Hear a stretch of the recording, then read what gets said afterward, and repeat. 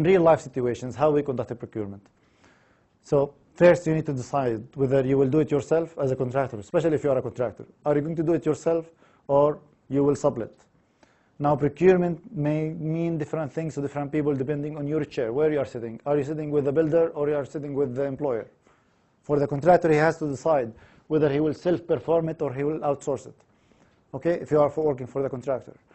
And then you have contract type. What type of contract that you are going to use? Now when we say contract, contract is what? Allocation of risks. So you allocate risks to everyone, like I will take this risk, you take that risk. It is about obligations and liabilities. So we have standard forms of contract, we have Australian standards, we have international forms, I'll talk about that. And then you need to decide which pricing option you have.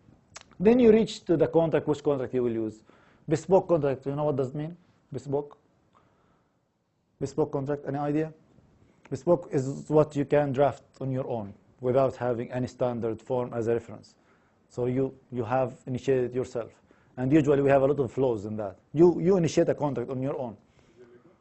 No, it's legal, but sometimes because it's not well developed, not well written, you may get a lot of inconsistencies between the clauses. So it is better not to go for a bespoke contract. Go directly to something which is tried and tested over time, because now we have Australian Standard 4000 is the latest one. We could have got Australian Standards 11,000. You heard of it? But now it is abolished because people didn't like it. They issued for consultation, and so many people have said that it's not going to work.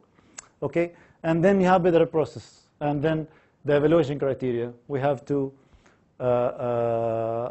approaches for that. So if you get two bidders, how can you select the best bidder? How can we select the best bidder who gives best value for money? How we do that? Portfolio. Yeah, how you will assess that? Yes, you get the portfolio. They are good in experience, but they are not good in high-rise buildings.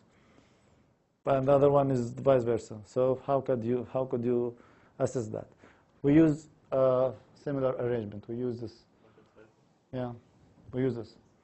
Okay, how to select the bidder. So you have proposal evaluation. So you put technical approach, management, past performance, price, okay, experience, behavior, disputes, previous relationships, and each one you give it weight based on your priority. Which one makes sense to you that you have to consider first. And each one you rank, and then you get the score, the maximum score, exactly the same like the procurement. We do the same way.